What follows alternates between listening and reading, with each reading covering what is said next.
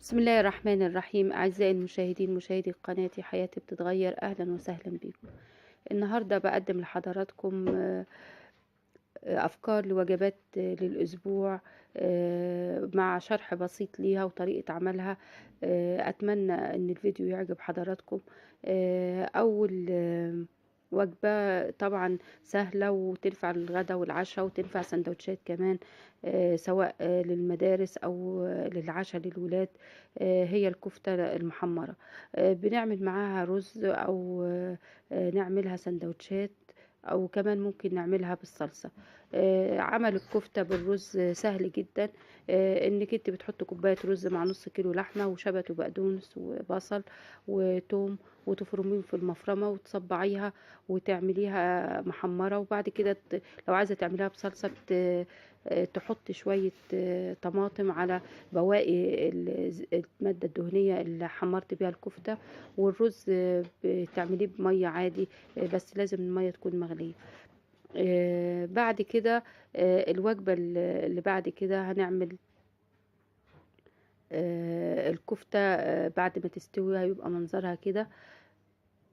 وشايفين الصلصة كل ما تسبكيها كل ما تبقى أجمل، والكفتة تستوي وتبقى جميلة. آه،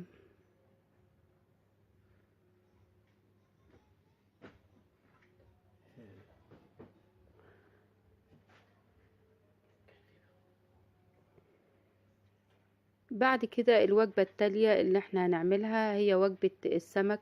السمك طبعا من الحاجات الجميلة واللي نفسنا بتشتاق ليها، وخصوصا في فصل الشتاء. وفي شهور معينة في السنة الناس بتحب تاكل فيها السمك من بداية الشتاء. ويقال ان الشهور كل اللي فيها حرف الراء هي شهور النفس بتطلب فيها السمك، وجسم الإنسان بيحتاج فيها السمك. فبيتعمل مقلي وبتقدمي معاه رز احمر. بيتعمل ببصل وتحمر البصله مع الرز، وبعد كده تضيفي لهم طماطم وتخليه يستوي. بيبقى طعمه جميل ومشهي، والكبار والصغيرين بيحبوه. وتقدمي معاه سلطه خضراء او تقدمي سلطه طحينه.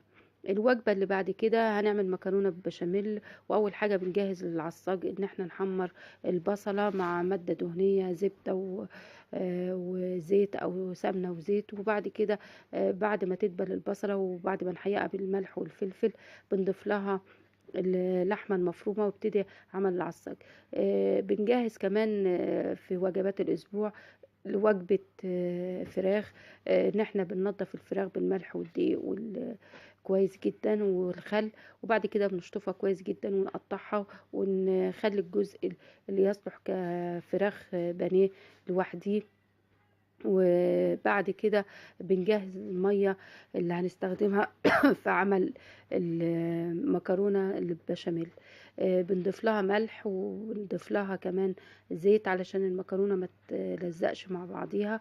ونسيب المية تغلي كويس جدا ونضيف لها المكرونة بعد الغليان، ونقلب المكرونة تقلبتين تلاتة علشان تستوي. وناخدها نص سوا من على النار لأنها تستوي بعد كده في الفرن مع البشاميل والعصاج. بعد كده العصاج اهو ابتدى يستوي. هنضيف له طماطم، وكمان بنضيف له جوز الطيب مع الملح والفلفل والبهارات اللي تحب تضيفيها. جوز الطيب بتديها طعم وريحة جميلة. وادي المكرونة ابتدت تستوي. هنسيبها لغاية لما تبقى نص سوا، وبعد كده بنصفيها. ويستحسن انك ما تغسلهاش كتير بالميه بعد ما تنزليها من على النار، لان احنا عايزين المكرونه تبقى فيها نشا عشان ما تيجي تقطعي قطع البشاميل ما تفتولش منك وانت بتعمليها. طريقه عمل البشاميل سهله جدا. 3 معالق دقيق مع 3 معالق سمنه او زبده او زيت، وتحمريهم مع بعض وتضيفي لهم لبن، وتقلبيه بالمضرب السلك كويس جدا بس بعد ما تبعديها من على النار. وادي المكرونه منظرها بعد ما استوت. هنبتدي بعد كده نجهز الصينيه اللي هنستخدمها في عمل المكرونه. ندهنها بماده دهنيه. والبشاميل اهو بيقرب يصفر، وهنضيف له اللبن بس بعد ما نبعده عن النار. وادي كمان العصاج حطينا له طماطم وصلصة، وهنسيبه يستوي كويس خالص.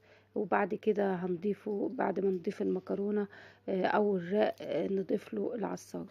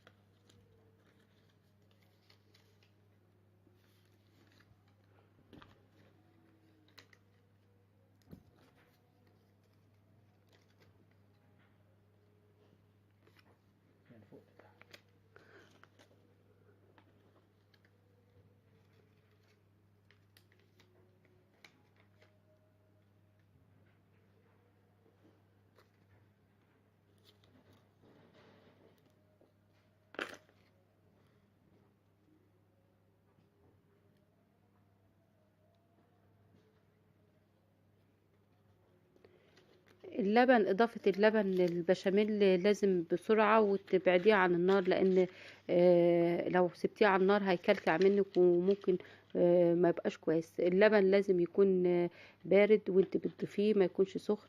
وتقلبيه بالمضرب السلك كويس جدا لغاية ما تحصلي على القوام المناسب لعمل البشاميل. آه، طبعا كمية اللبن ممكن تضيفي نص لبن ونص شوربة، وبكده هتوفري في عمل البشاميل، لأن اللبن أغلى من الشوربة طبعا. وبعد كده جهزنا هي الصينية وعملنا لها المادة الدهنية، وهنضيف شوية بشاميل ليها في الأول، وبعدين نضيف قطع المكرونة. وبعد كده بنضيف رق من العصاج. اخر رق بيبقى مكرونه وفوقيه طبقه البشاميل. في ناس بتحط طبقه سميكه من البشاميل اللي بتدي منظر جميل وطعم للبشاميل طبعا. وفي ناس بتحط طبقه خفيفه. الطبقه الخفيفه بتبقى طعم، والطبقه التقيله طعم. بالاضافه الى في ناس بتكتر كميه اللحمه، وناس بتحط كميه بسيطه. وفي ناس بتعملها كمان بالكبده او تعملها بالفراخ، وكل ده على حسب رغبة كل واحد فيكم. ومن الحاجات اللي بتخلي طعم المكرونه بالبشاميل جميل انك تضيفي شويه بشاميل على العصاج قبل ما تضيفي اخر طبقه من المكرونه. اخر طبقه البشاميل قبل ما يستوي المكرونه بربع ساعه في الفرن، تبتدي تحطي بيضه مضروبه بشويه ملح وفلفل ونقطه خل. هتدي حمار للبشاميل وتديها اللون الاخيري ليها. آه، طبعا الطبقة السبيكة من البشاميل هتدي طعم جميل ليها. بعد كده بنحط المكرونة في الفرن، وهتبقى كل حاجة مستوية. يا دوبت احنا محتاجين طبقة اللي هي الشكل الخارجي، اللي هو انها تحمر كويس. وبعد كده وجبة للتالية ان احنا بنعمل رز مع ده بواقي المكرونة اللي فاضت من عمل البشاميل. وادي البيضة هنجهزها ان احنا نضيفها للبشاميل بعد كده. احنا بنحمر رز لوجبة اليوم التالي، ونسيبه متحمر ونسيبه لتاني يوم من غير ما نضيف له اي اضافات، بحيث انك في اي وقت محتاجة تعملي الرز تاني يوم يبقى جاهز متحمر. يا دوبك هتسخنيه وتحطي كمية الرز الفاضلة والمية او الشوربة اللي هتعمليها. وادي شكل المكرونة البشاميل بعد ما طلعت من الفرن. شايفين لونها ومنظرها مشهي، وكمان مستوية ومحمرة وجميلة. وادي الصينية التانية، ادي لونها ومنظرها بالشكل اللي حضراتكم شايفينه. وبعد ما اتقطعت شايفين القطع كاملة، مش متفتولة ولا اي حاجة. وادي وهي لسه فورا طالعة من الفرن مقطعينها.